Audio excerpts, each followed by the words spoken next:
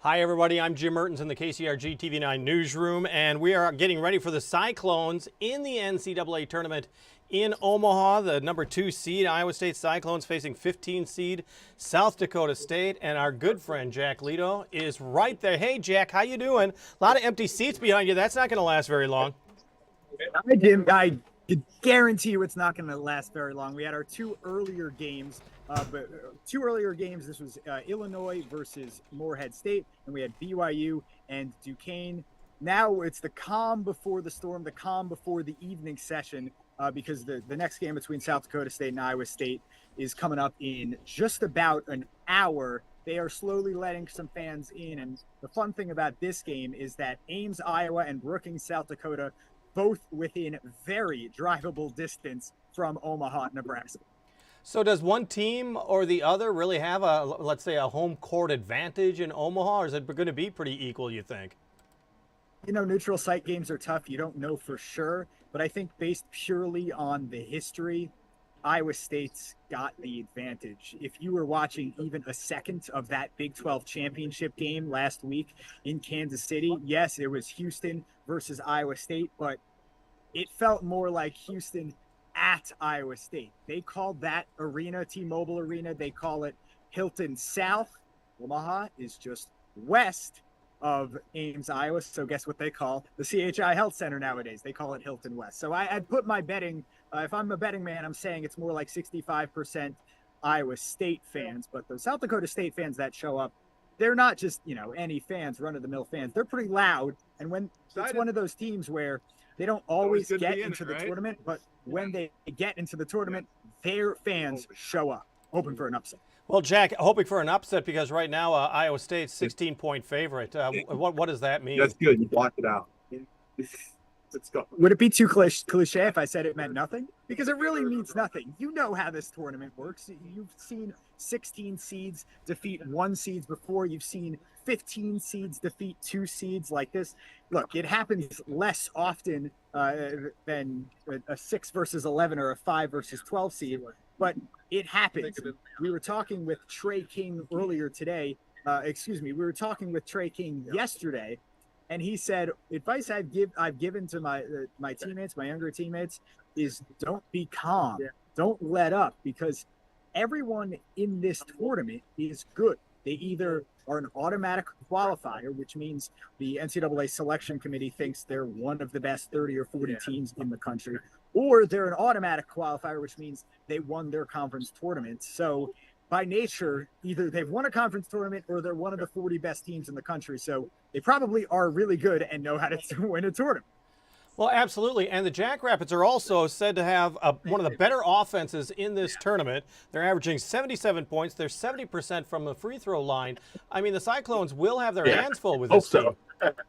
Yeah. Did your research, Jim? Yes. When you look around, look up and down the South Dakota State roster, the first guy that stands out is Zeke Mayo, who averages just a shade under 19 points a game. Talking to the Iowa State players, it was the offense that kind of stood out in the film session for them. It is the fact that South Dakota State, they don't really dribble a lot. They're quick passing. They take open threes. And the key for Iowa State is putting a lot of ball pressure, that means pressure on the ball handler, onto South Dakota State and really disrupt their rhythm. Iowa State truly believes they are a better conditioned team than South Dakota State. So that means pressure on defense and also keeping up that pressure on offense so they can basically tire out South Dakota State. That's what I was curious about. I mean, is it more important for Iowa State to really put it to South Dakota in the second half? Yeah, it's one of those things where Iowa State is a very deep team. So if they get, theoretically, if they get tired, you have your 6th, 7th, 8th man off their bench. But look, it's the NCAA tournament. If you want to put someone away, you got to put them away early, because once you give a 14 seed or a 15 seed a little bit of life, remember this, it's not just them, not just the team and the roster thinking, oh, we could win this game. Think about everyone in this arena. They're not pulling for Iowa State. The Cyclone fans, of course, are pulling for Iowa State, but there's a Drake game right after this. There's a Drake Washington State game after this. So there are plenty of Drake fans, and a few Wazoo fans here too, they're going to be rooting for South Dakota State too. So if you're Iowa State, you really want to put the pressure on early. The other thing is that, I mean, South Dakota State doesn't have to really be feeling all that intimidated. I mean, they've faced Iowa State 7 times, and the last 2 times have actually won. So, I mean, they know they can win against Iowa State. It's not just they know they can win. They know the team. I think you're going to – this is something you wanted to reference, so I'm sorry if I'm stealing your thunder, Jim. But these two teams are intimately familiar with each other. Cyclone fans know TJ Altelberger. He came to ISU from UNLV, but what was he doing before his head coaching job at UNLV? Yes, he was the head coach at South Dakota State, and his top assistant, Eric Henderson, the current head coach at South Dakota State. Tim, that's only one of the many connections that these two programs have. I also noticed that Coach was talking a little bit earlier about the preparation for the NCAA tournament, saying pretty much that the team is doing exactly what it did last week. It's not lessening up in any way in its preps for this game. No, it's not.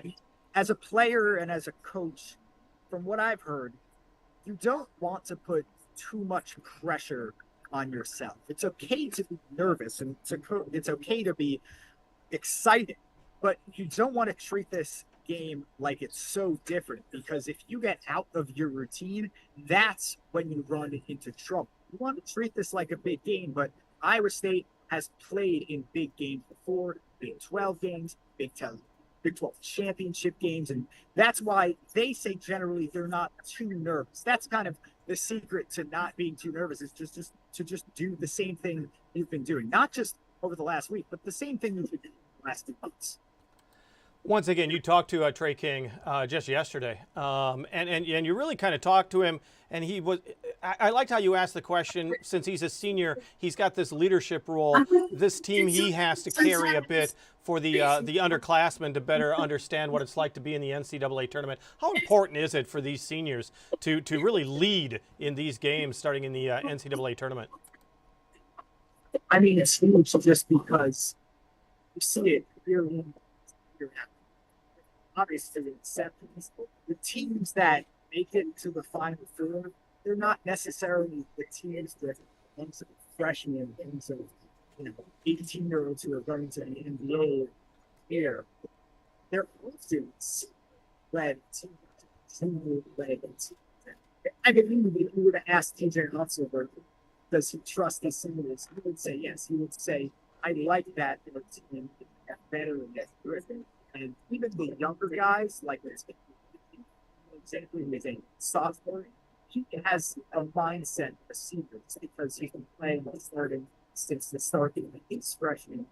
So yes, he's a sophomore, really with all the game experience he's had, he's really like this. So it's not just senior leadership; it's let's go like veteran leadership. It's going to be very, very important for the Cyclones. These seniors also remember the sting of last year. I mean, does that carry off over to this year? I mean, does that sting still hurt right now? It's tough. They try to flush it. I mean, they try to flush the way because the NCAA tournament is such a. I don't want to diminish any one of the NCAA tournaments, but it's just one game. Any team can randomly lose one game. So I'm not a player on that team. If I was a player on that team, I would say, you know what, we lost last year. Let's not let it make us lose.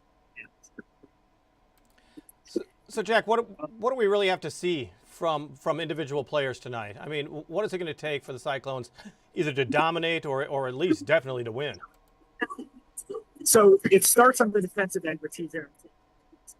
So that's basically putting pressure on Jack Lido to get basically making them pass up shots, not take open 3-point shots. That's going to be elite. Not on offense, it's just execute. You have to, if you're grading on a high school scale, you don't have to be A+ on offense to beat South Dakota State because obviously it's because first. So you have to be what is that? Well, let's some statistics.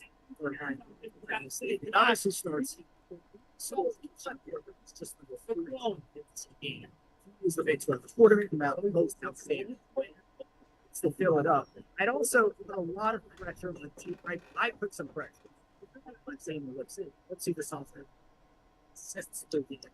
Yes, he played last year. Oh, he hasn't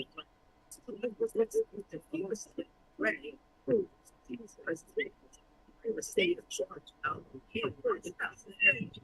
University lost University and Iowa State lost last season. He needs to flush that away. He needs to be a leader. Even though he's just a sophomore, he needs to be a leader, a more general on the floor. It's point guard play. Dish out those assists, make it happen for his team, get those 3-point shooters open, execute. That's how Iowa State's going to take this thing. Well, I know, just like you said, I mean, they don't want to look back. They want to look forward, and perhaps they want to look forward to tonight. But a lot of people kind of would like to see a Cyclone-Drake matchup. I mean, that's a real possibility. It is. So I would argue that I'm an Iowa State.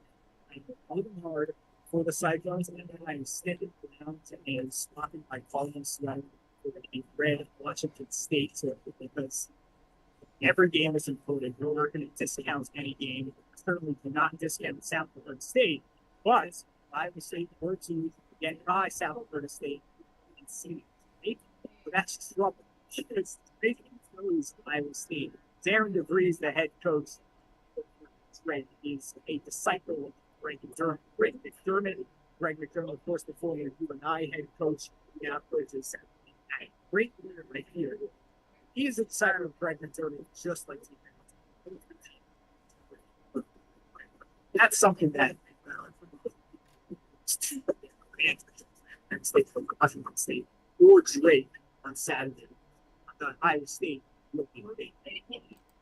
Well, Jack, as I said off the top, Iowa State a 16-point favorite. How are you calling this one tonight? How am I calling it? Well, I think Iowa State is going to put on the pressure early and force South Dakota State into some tough shots. I trust SDSU to make some halftime adjustments, but not yet quite close enough. I would have to predict it. I would have to predict what most of the country will be predicting. Iowa State winning this league in the range of 6 to 10. Well, Jack, so far great coverage from Omaha. We were looking forward to more of you coming tonight. So thanks so much for joining us. Thank you, Jim. And if Iowa State were trying, I will be here with the same coverage, hopefully just as good on Friday and on Saturday.